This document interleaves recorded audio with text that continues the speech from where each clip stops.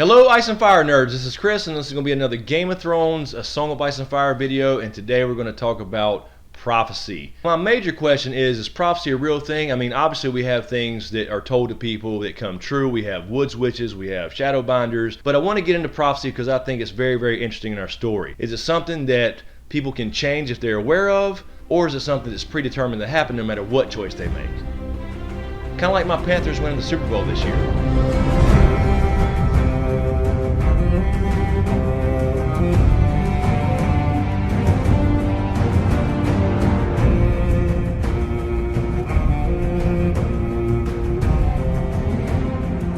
So obviously prophecy and prophetic dreams are kind of a real thing in our story because we see so many people that are prophetic in a way, tell people these things is going to happen and they do come to pass. But the question is, does the person have free will to change that if they know about the prophecy? So the people in our story that receive these prophecies really control this information and they go about it in different ways in our story. So like Melisandre, for example, she has these visions she sees in her flames, but she tells people what she thinks they mean, how she personally interprets those things. So she takes that information and puts her own spin on it and tells you what it means, as opposed to a character like Moqorro, where he just sees these things in his flames and tells you what they are and lets kind of you decide what the hell that means. He doesn't put his own spin on it, or at least he doesn't seem to. So with the Melisandre example, obviously the big one is the Azor Ahai prophecy. She tells Stannis that he is Azor Ahai reborn, and as far as she's concerned, there's no other options about it. She don't say that this is what I think I saw, she says this is what I saw based off her own religion and beliefs, but this is the way she does shit. She sees these things in her flames, and instead of kind of laying it out on the table, letting Stannis kind of decide what that means to him, as opposed to the Moqorro character who lays these things out again and says, alright, here's what it is, believe what you will. The example I would give with Moqorro is that when he's on the boat with Tyrion, he's also on his way to go see Dany in Meereen. He has a quote when talking to Tyrion that says, "Dragons old and young, true and false, bright and dark, and you, a small man with a big shadow snarling in the midst of it all." So Moqorro is telling Tyrion here, alright, here's what I've seen, but he's not putting his own spin on and telling Tyrion what it means. Now, of course, we as the reader can kind of speculate on what that means because of other things we've read in the story. So I think in this case, the old dragon refers to somebody like either Bloodraven, who's an old Targaryen, or possibly Maester Aemon, who was Aemon Targaryen before he went to the wall. I think the young and bright dragon probably refers to Dany. I think the young and dark dragon probably refers to Jon, being that he wears black in the Night's Watch. I think the false dragon probably refers to Aegon, or Phaegon, if you don't believe that he's a Targaryen and believe he's a Blackfire pretender like I tend to believe. But then he says, and you. So there's no mention of a lioness, little prophetic thing he tells Tyrion. He says, and you're standing here in the midst of it all, snarling. So is this possibly pointing to Tyrion being a dragon or a Targaryen as opposed to an actual Lannister? This is obviously a very popular fan theory that I would love to see come true. Maybe it ties into the third head of the dragon type thing, that Tyrion is actually a Targaryen along with Jon, and then Jon, Dany, and Tyrion save the world and ride off into the sunset, rule the kingdom, and it's all unicorns and rainbows after that. But then we come to other types of characters that give off these prophetic visions in our story that give them more in cryptic riddles. And of course, two big examples of that would be Mirri Maz Durr and Quaithe. Mirri Maz Durr, of course, is the one Dany burned in the funeral pyre during Drogo's funeral, where she hatched her dragons. Now, of course, her most popular prophetic riddle, so to speak, is when Dany's asking her when she'll see Drogo again, and she says, "When the sun rises in the west and sets in the east, when the seas go dry and mountains blow in the wind like leaves, when your womb quickens again and you bear a living child, then he will return and not before." Now, of course, when I first read this, I thought the same thing that probably most other people thought was just a nice way of saying when hell freezes over, because that shit will never happen. But as you start thinking about it and get deeper into the book, specifically A Dance with Dragons, and then of course you do a little research on it to kind of confirm your suspicions, I think this could very well be something that's already started to happen. So for example, when she says the sun rises in the west and sets in the east, I think this could refer to Quentyn Martell, who came from Dorne in the west and came to the east to find Dany and marry her, because there was a previous pact where her brother Viserys was supposed to marry a Dornish princess to get Targaryens back on the throne, since they've been Targaryen supporters this entire time. But of course, Doran Martell's plan after Viserys is killed is the next best thing, and that's to marry one of his sons to Dany. So he sends Quentyn over to find Dany and marry her, but it's too late. She's already married fucking his daughter, and Quentyn ends up dying. So he kind of set in the east. And she says when the seas go dry. Now I think this is pretty simple. I think this means the Dothraki Sea because it actually experiences some type of drought when Dany's out there roaming around with Drogon. And she also says when the mountains blow like leaves in the wind. I think this refers to when Rhaegal and Viserion get loose, they start tearing shit up and they actually destroy some pyramids in Meereen that kind of remind you of mountains. And she says when her wound quickens. Well, it so happens that once she gets out to the Dothraki Sea after flying around on Drogon a while after escaping Daznak's pit, that she starts bleeding, and it seems to be a menstrual type cycle, as it's described as blood's running down her thighs, which seems to imply that's not happened in a long time. And then of course I think the rest of it's probably stuff that probably hasn't happened yet because it says when you bear a living child. And that brings us to Quaithe, who I mentioned before, who's another person in our story who gives these prophetic dreams in riddles instead of telling somebody straight up what the hell they're supposed to do. Again, this is in opposition to a Melisandre type character who says, hey, this is what I saw and this is what you should do about it,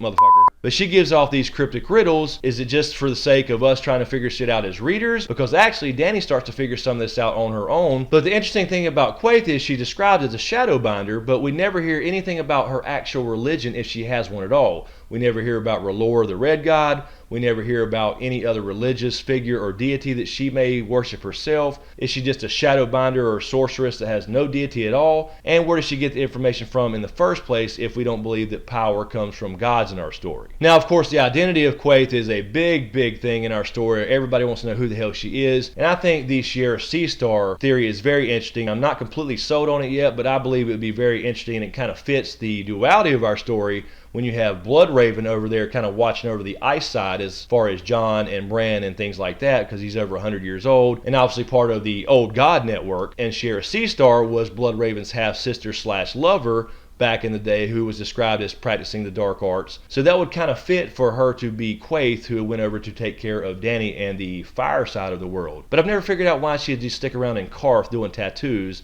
instead of following Dany around and looking after her in the first place. Or has she? And of course, one of Quaithe's most popular riddles goes like this. No, hear me, Daenerys Targaryen, the glass candles are burning. Soon comes the pale mare, and after her the others, Kraken and dark flame, lion and griffin, the sun's son and the mummer's dragon. Trust none of them. Remember the undying. Beware the perfume sensual. These seem pretty straightforward. At least we're led to believe they're pretty straightforward because Dany actually starts figuring these out on her own. So why is good old George giving us riddles for us to figure out when the actual character herself figures most of these out? She says the glass candles are burning. Well, that's pretty much just telling us that she's using glass candles to communicate with Dany. They're basically candles made out of dragon glass that have no wick or no wax, as I said in the magic video, but they can be lit by magical means, and they give you the ability to communicate with people over a long distance, and they give you the ability to enter people with dreams and send them visions. So it seems to be saying that basically that's what she's using. She could be pointing to the fact that back at the Citadel, the glass candles are actually burning again, referring to Marwyn the Mage, who's actually on his way himself to see Dany in Meereen. Then she says, soon comes the pale mare and then the others. I think the pale mare is pretty straightforward. Most everybody believes that it's the bloody flux. It's a horrible condition that spreads around the city of Meereen as the Yunkai try to take over and kill Dany and kind of gets into the city as well. I don't want to describe it here, but imagine eating 2-week-old Taco Bell and it kills you shortly thereafter. Need a lot of water. Then she refers to the Kraken. This seems pretty straightforward. Most people believe this is Victarion Greyjoy, who was sent over by his brother Euron the Crow's Eye to find Dany and bring her dragons back. But Victarion, of course, has plans to keep the dragons for himself and wed Dany himself to overthrow Euron, who has been chosen to be the new king of the Ironborn during the King's Moot. She then says Dark Flame. Now this could possibly refer to Aegon the supposed Targaryen, who most people believe is a black fire pretender, hence Dark Flame, black fire. Kind of makes sense, but I think Aegon's referred to in the latter part of this little riddle. I think this refers to the Moqorro character I mentioned earlier, who is known to the Ironborn as the Black Flame. He is a red priest of R'hllor, and he is also on his way to see Dany. There's a lot of damn people on their way to see Dany. Then next she mentions the lion. I think that's pretty straightforward, and it's referring to Tyrion. Then she says the griffin, and of course that's probably Jon Connington, whose house sigil is the griffin, so these are pretty straightforward. After that she mentions the sun's son. Again, this referring to Quentyn Martell, the sun being obviously the sigil of House Martell. And then she mentions the mummer's dragon, which this is the one I think points to Aegon or Fagon Targaryen, who is probably a Blackfire, not a real Targaryen. Varys used to be a mummer before he was the Master of Whispers in the old days, and that that's who he supports for the Iron Throne in the books. So basically she says don't trust any of these people, and then she says beware the perfume sensual. Now the perfume sensual could mean a number of people. It could be Hizdahr, it could be Illyrio, it could be Varys, it could be Resnack. There's so many people that kind of fit this description, so I won't get to that here. There's just too many stinking ass perfume servants over in the east, I suppose. But the point being here that she's telling Dany not to trust any of these people, but she needs some of these people if she's to obtain her goal of regaining the Iron Throne, especially somebody like Tyrion, as we've seen in the show. So she's saying not to trust these people because she's protecting Dany, or should she not trust Quaithe?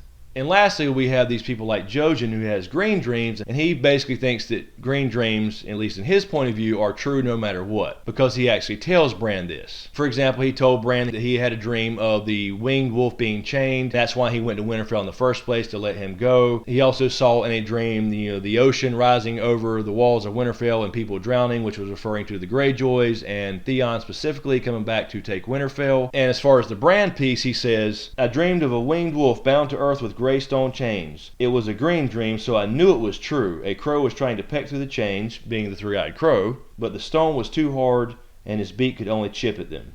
So again, he tells Bran this straight up. Obviously, Bran was the winged wolf. At the time, he was kind of scared to open his third eye, being the three-eyed crow, being recruited by Bloodraven. So he went to rescue him and Mirri, and his goal was to get Bran to Bloodraven. The point being here that he thinks it's absolutely true. My question would be, is it absolutely true? If Bran chose not to go with Jojen, would he have still ended up with Bloodraven somehow, whether he wanted to go or not? Was it his destiny, or did he have a choice in the matter? So, do any of our characters have choices in the matter of prophecy? Is it something they can change if they're aware of it? And what about people who are involved in prophecies that don't know anything about it? So could Bran have chosen not to leave Winterfell? Maybe he just dies there and that's the end of that storyline. Could Dany have ignored Quaithe and said, fuck off, I don't know what the hell you mean with all your riddles, and trust everybody that came up to her? Maybe she kills Hizdahr and marries Quentyn Martell. So what if she does? What does that mean to us? I mean, does she end up in the same place? That she's going to end up in a Dream of Spring, and once that ends anyway? But of course, that's the cool thing about prophecy in our story in the first place. George R. R. Martin has made us the magi, or the sorcerers of the story, because we get to determine what these things mean to us by putting things together and having the benefit of knowing what's going on in other chapters from other people's point of view. And we get to theory craft and determine what we think they are until we are told otherwise, or something is revealed to be the truth of the matter as far as the prophecy goes. And as I said in my last magic video, I don't believe there are actually any gods in this story, and George R. R. Martin himself has said that we won't see any gods show up and start walking on water. So what's cool about our story and A Song of Ice and Fire and Game of Thrones is no matter what we think about prophecy, whether it's predetermined or things can be changed from the characters' point of views, is that George R. R. Martin himself is the god of our story because the end game is already written. So anyway, that's all I had this week, you guys, for prophecy in our story. I just want to throw that out there and get your opinions on it, because I think it's very, very cool to think about and discuss. Is it something that you find out about and then you fulfill, or you fulfill it then you find out about it? So it's very, very interesting to me. But anyway, let me know what you think in the comments below. Is prophecy a predetermined thing going to happen anyway, or do these characters have a choice in it? So from this point on until season 6 comes out, I have pretty much all Game of Thrones stuff coming up, since Star Wars has kind of died down now. I may have one here or there, but I've got a lot more Game of Thrones stuff planned, including some stuff with Val from Because Geek. Also, speaking of Val, be sure to check out our new channel, Because Views, which is our kind of behind-the-scenes YouTube journey channel that we started together. I'll put the link in the description below. In the meantime, you can click here to check out my last video I did on magic in the world of Westeros, and why I think magic is probably just a natural cyclical thing in our story, and why is it coming back in our story right now, why did it disappear in the first place. And you can also click here for the last video I did, which was Game of Thrones Q&A, where I answer some of your questions. I also talk about George R. R. Martin's post about the Winds of Winter not being released on time. So check those out, let me know what you think. Thanks for all the support, you guys, I really appreciate it. Be sure to subscribe to get your thing. Thanks for watching, and we'll see you next time.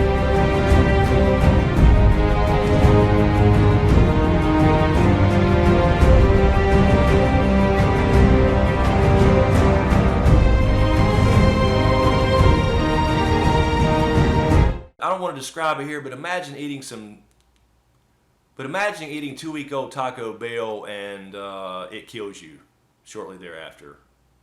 You need a lot of water.